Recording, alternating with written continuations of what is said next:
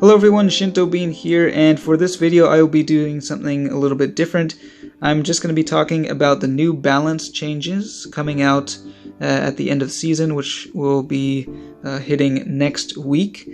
So I'm looking at the developer blog. If you don't know about this, it's a really great resource. Whenever there's a big change to the game, whether it's adding a trait or adding a new warlord, or just the balance changes that occur between ranked seasons, they all list everything out in detail here, so you can be up to date on what's happening. So I'm just going to try to go through this as fast as I can and talk about just what I think about some of these changes. So first of all, they are making one significant warlord rule change here, 4 minor changes to the rules, and then 7 warlord stat changes and 56 changes to the bodyguards. So that's quite a big balance patch for this one. So let's get into it. So first of all, the big change to the warlord is Gloggerthrox the Foul, who had a pretty terrible special rule up until now, which previously he had to be on the field attacking in order for it to activate, so it really just barely did anything.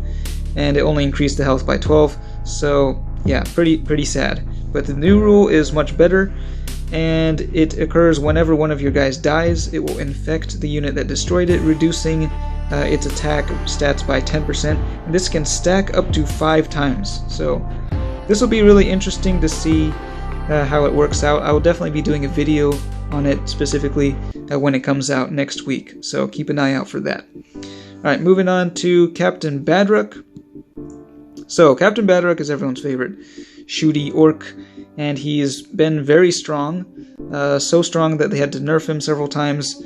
This time, they're changing the rule slightly how it works, but it is not intended to be a nerf, as they say here. So previously, whenever one of your units destroyed an enemy, it could attack for 50% of its ranged attack. That was any time. So they're changing it so it only activates when one of your units destroys an enemy with a ranged attack.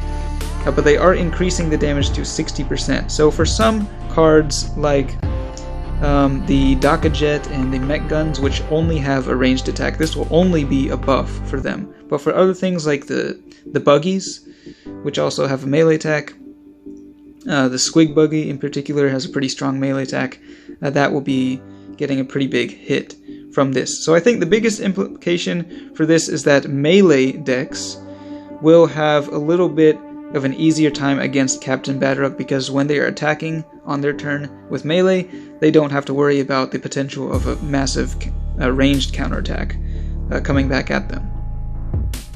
Okay, moving on. There are just some slight changes to rules here. Rakarth getting a slight nerf, but I mean, just it's only 1 health difference, so that's not really gonna feel very significant, I think.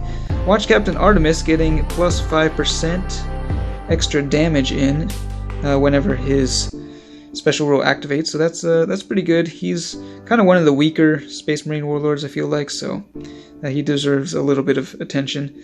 And then Tolmaron has been nerfed several times. Now he is getting buffed back up to 20% for his ranged attack. Now, I was under the impression that he was doing perfectly fine now, but yeah, he's going to be stronger, so if you like playing as him, he's definitely going to feel stronger in the next season. Alright, moving on to the stat changes for the warlords. Fury of the Craft World getting some extra health and reducing its points cost by a bit, so that will make it a little more viable, just slightly. Rakarth getting a little more melee attack. I mean, that's... maybe he might actually be able to kill something on his own now. And then, moving down the line, Zephyr Blade getting pretty good boost to its stats. I've noticed that they've been doing this. Some of the warlords that are very low on health, like Zephyr Blade, Skull Taker, and Boss Snickrot, they don't have much health, so it's hard to keep them on the battlefield for very long, but they are increasing the health, so they'll be a little bit more durable. Gloggerthrox the Foul getting his points increased due to that special rule change. But Captain Batarak getting a pretty good boost to his stats as well, which I feel is very unwarranted. I mean, he's strong enough that he really deserves to have a weakness, and that one of those weaknesses was just his relatively poor stats, but they are increasing that for some reason, not sure why. So I think he's going to be a little bit stronger this next season. Alright, moving on to the bodyguard changes. There's quite a few of them, over 50 as it stated before. So I'll try to go through and talk about the ones that I think matter the most. So this first one here, this ranger. This is one of several units with target acquired, which is a pretty unpopular trait, I think, because of its situational nature. I've seen a lot of players say that they avoid using them just because they don't want the liability. So I think to encourage the use of them more, they are increasing the ranged attack or increasing the stats of some of these sniper units. So the ranger and also the death jester over here getting a pretty good boost to their stats. So we'll see if that encourages people to use them a little more. Okay, and then these are just some other minor changes. I don't actually know what some of these units are. I do use the Scourge and the Windrunner a bit. They're these ranged only weaker units. I use them as cannon fodder, but they're getting a slight buff, so that's kind of good for me. Necrons, the Transcendent is getting increased by 2 points. Amazing. That thing is really overpowered, so not surprising there. Alright, Tower getting a bunch of changes to some of their, I guess, weaker, less popular bodyguards. This is something that they do. I think if certain cards are just underused, they like to increase the stats just to try to encourage their use more. I don't know if I'll actually be using any of these, though, except the Piranha. I do like the Piranha, mainly because the model looks cool. But I did use it in my latest Tau video, so I'm kind of glad that that one's getting a slight boost to its stats. Alright, moving on to Servants of the Emperor. The legendary Valkyrie is getting its points reduced by 6, so that's pretty good. The Vindicare Assassin is another one of those target acquired ones, so that's getting a pretty massive boost to its stats. We'll see if people decide to use it again. And then some of the Mechanicus units down here getting a slight buff. Not sure if they really needed it. The Sulphur Hound is actually pretty good with poison already, but yeah, they're getting a little bit of increase. And then Space Marines. They got a bunch of changes for these Space Marines, and almost all of these guys are getting a boost to their health. So one thing that a lot of players have kind of complained about is that the Space Marines, you know, they're supposed to be like the toughest superhuman soldiers, and like, why do they have such low health in this game? Well, I mean, it's mainly just to keep the game balanced, I think, but yeah, a lot of these guys are getting a pretty big boost to their health, so they will feel tougher for sure.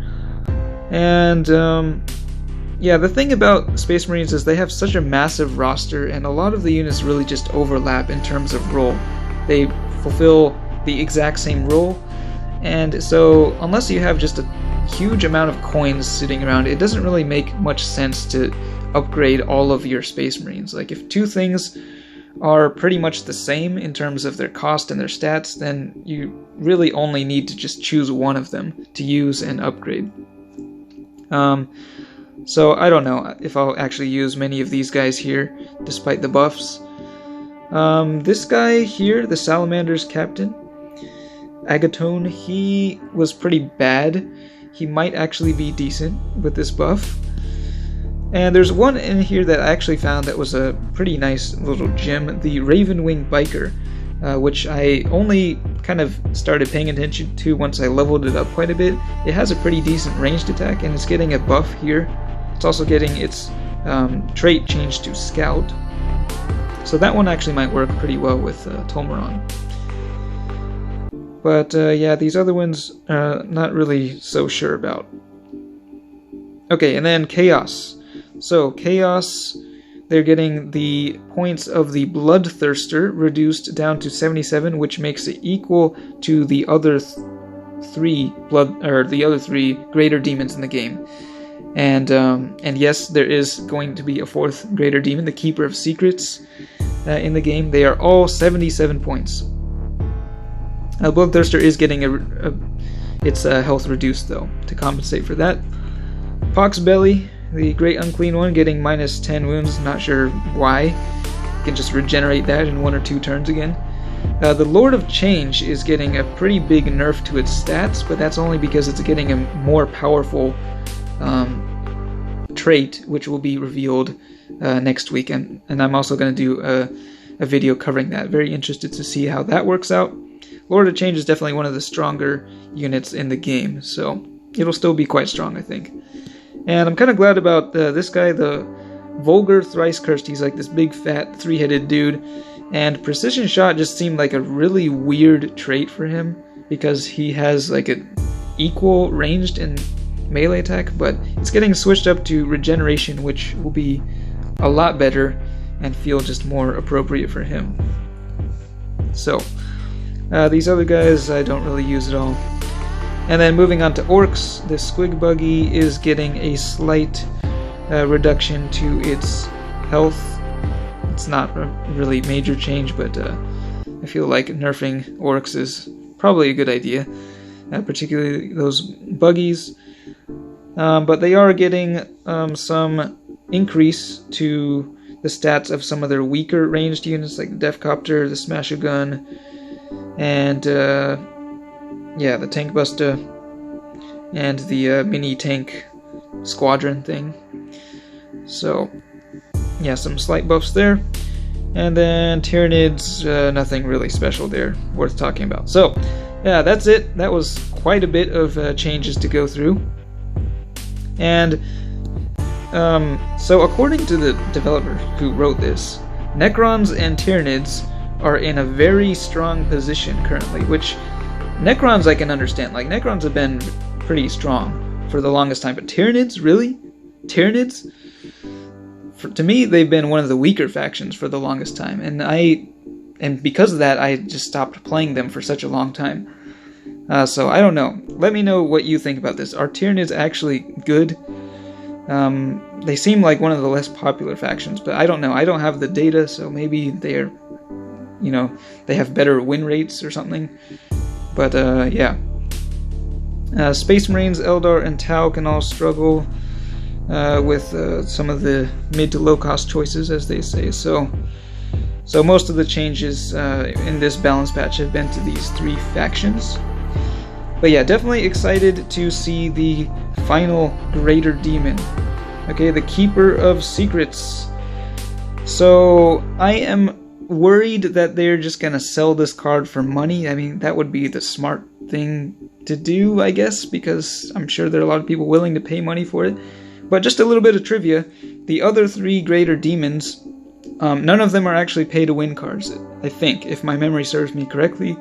The Great Unclean One has been in the general card pool for as long as I can remember, and then the other 2, the Lord of Change and the Bloodthirster, were both given away as mission rewards in campaigns.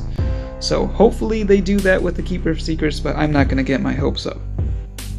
So yeah, quite a bit to talk for that. Yeah, I think that ended up being a lot more than I was expecting, but if you have any further questions about these balance changes, let me know, and let me know what you think about this video. If you'd like to see me do more, you know, just talking about these, you know, the developer blog and any changes that come up before they actually come out in the game. Let me know what you think. As always, thanks for watching, and I will see you next time.